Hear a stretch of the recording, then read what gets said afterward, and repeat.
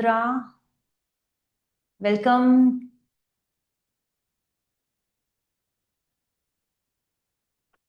Welcome, Siddhika. Hi everyone. How are you doing?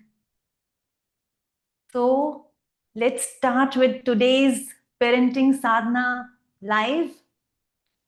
We've got a very important session today, which is about how to raise a shy child, how to raise a shy child so that she turns out to be a confident adult, not by pushing, but by being herself, right? So how many of you have children who are shy? Type shy in the chat box if you are having children who are shy. So many. Yes. But we all want them to be confident and smart, right? But how do we go about it? So what have you done? What have you tried so far in making your child feel confident and help her out of the shyness? I want to know your inputs. What have you been trying? What have you been up to? I want to know in the chat box. Everyone on the Zoom call, please share whatever you have been doing to help your child come out of shyness. So first of all, let me tell you that shyness is not really an issue. Okay, it's not really as much big issue as we really think it to be. Because shyness does not really mean that the child is not confident. It's maybe that they take a little more time to warm up to new people, or maybe they're more observant, or they're more sensitive, or more cautious. And all these are natural traits, and in fact, positive traits also to a large extent. Because shy children will not end up doing things which other children might sometimes get into.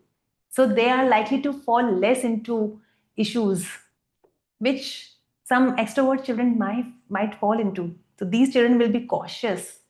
They'll observe and see if the company is right for them and then speak up. They'll not go up to every individual and share what's going on.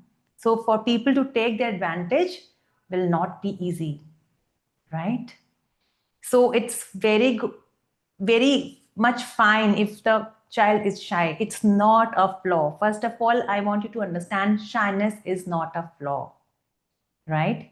So drop a heart in the chat if you think that you have observed your child being super observant or sensitive.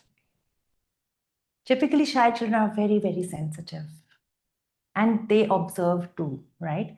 Shyness can become a problem only if it turns into insecurity or fear of rejection. Okay, if a child thinks that feels insecure inside or feels that I might get rejected, he has that fear of being rejected, then that is something that we have to look into, right? But at the same time, how do we have to support our child who is shy? First of all, let's start with respecting their temperament. Don't push them into social interactions or social situations before they are ready. Okay, this is very important. Sometimes in our eagerness to make them confident, we just want them to become extroverts. We'll ask them to do things which they are not comfortable doing. Like anywhere we are going, we'll say, oh, beta, just go and say hi to everyone. Go and shake hands. Why don't you go and play? Why don't you make new friends? We start giving them things which they don't naturally know how to go about doing. And then the situation is like, in their heads, they're thinking, oh, something is wrong with me because I don't know how to do it. Everyone else is doing it, but I don't know how to do it. That's when they start seeing that there is a problem within them. But the issue is that naturally, they are not inclined to go and do it. And unless and until they're shown a way, they'll not be able to do. They'll not be able to understand how to go about going out and say hi. So instead of pushing them to say hi, just take them along and start saying hi to everyone around. Instead of making it obvious to her that she is not opening up, that's why you're taking her, just start practicing things yourself. Take her to a party and where you are interacting with others. You're not just sitting and gossiping with one person, but you are rooming, you are working around the room. Let her see how you go around and meet new people. And when you are driving back home, you can also talk about that. See how I made so many friends today. I really enjoy talking to new people. You can just share and let her see you being at work in a social situation, right? You don't have to always say that, let's wave together, let me come with you. You don't need to use that vocabulary which is telling her that something is amiss in her, and that's why you are asking her to do what you're asking her to do, right? So if you have ever dragged your child to say hello at a party, type me in the chat box. Have you ever dragged your child to a party and asked her to say hello to everyone? Yes, yes. We all do that. We all do that. It's just we need to be aware what we are doing and what can be better ways, right? Second, model confidence yourself. Let them see you try new things. Let them see you speaking kindly to yourself. Let them see you being a confident person. Because confidence is something that cannot be really taught. It's something that is caught by the children when they see us doing things in a particular way. So I'll share, when I was myself not too very confident while growing up. And when I was, growing up, I always wanted to be in my own shell. But my parents never asked me or pushed me to, go and say hi to people around. But as I grew up, I realized that no, it's important for me to make friends. And that's when I started opening up, but it was not something that came naturally to me. But when my daughter was born and I saw that she was also very shy, so what I started doing to exhibit, confidence to her, whatever events used to take place in our society, I would do comparing in them. Whether it was 15th August, Janmashtami, Republic Day, Independence Day, I would be comparing, and I would be not just comparing but also organizing the whole event. So many children would come to our place. They would practice their skits, they would practice their dances, their choreography. So there was so much happening, like at least since 15-20 days before the event at our place. So when there was so much of gathering, of course, my daughter also got an opportunity to see all this happening. And there were so many moments, and you can use those moments to create situations for her to interact.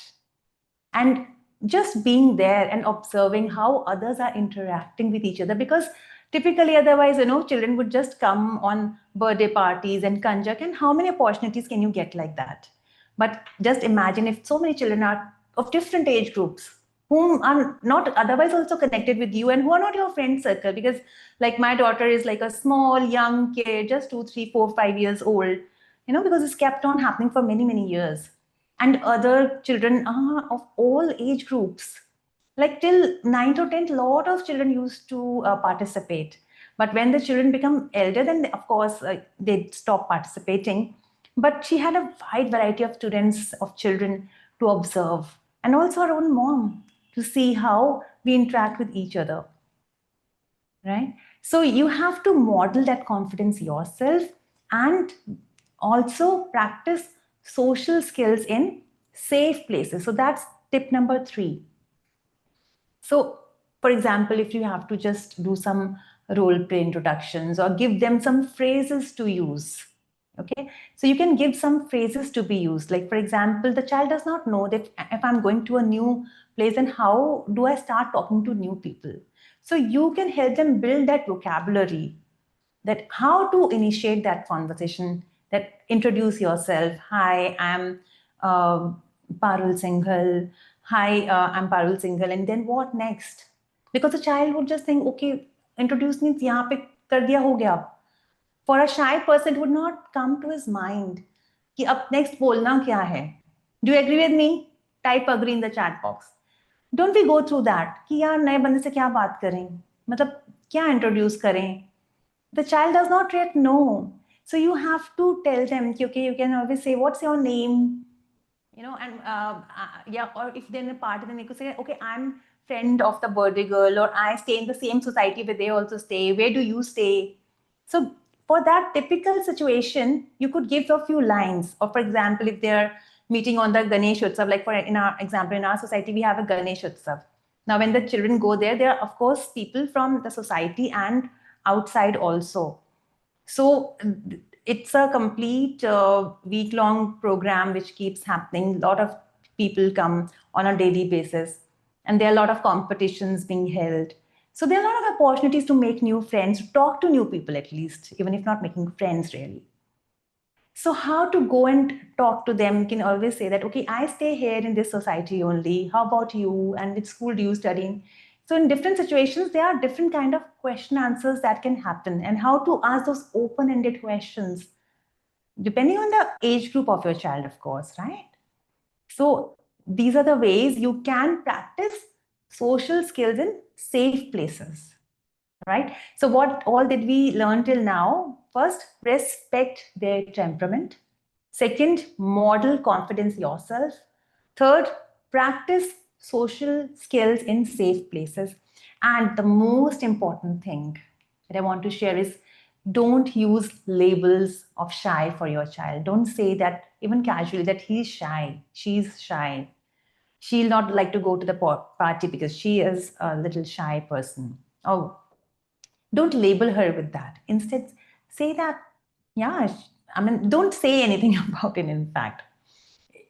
We don't have to, you see, labeling makes it very obvious to a child that, okay, something is wrong with me. It's not normal. Otherwise, why would you label that, oh, he's a normal guy? Would you ever say to a child, he's normal? Or if he's like neither extrovert nor shy, you'll not say, no, he's normal. You'll just say that you'll not say anything. So same. The child does not have to feel awkward about being shy. Let him be in his own skin and let him slowly grow out of it. Right? So that's something very important because that will build their internal confidence. We have to understand that real confidence is internal. It's about how your child is seeing themselves. It's not about how they're going and saying hello just because you have asked them to do. It's that they have to feel confident in going ahead, shaking hands with the other person. And that will not come from a push. Push can backfire. So just encourage them to try new things, not just talking to new people, but trying out new things, even if they feel unsure. That's also a very good way. Let them face small challenges without rushing to fix everything. For example, even going to a coaching center might be a difficult thing for these children because there would be few other children also there. How to ask question when the teacher is explaining and nobody else is asking questions.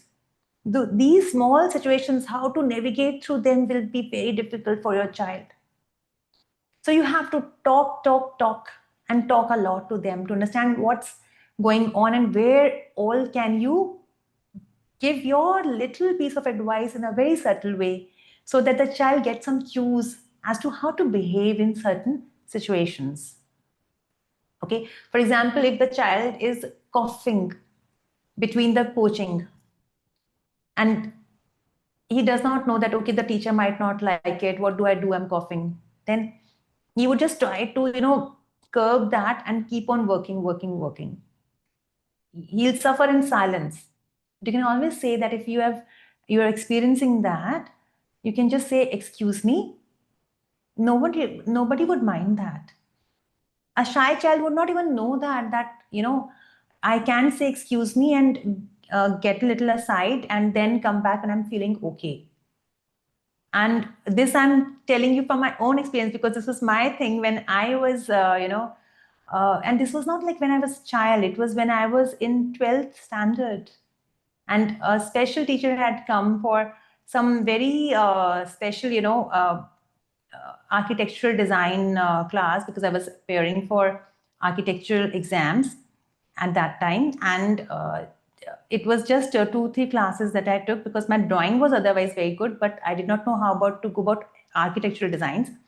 And I was coughing, and I did not want to waste his time because he had just come by clock that, I'll be there for 60 minutes. He did not even say 1 hour. He said, I'll be there for 60 minutes. So I thought, oh, his time is precious. I can't, just keep coughing in his class.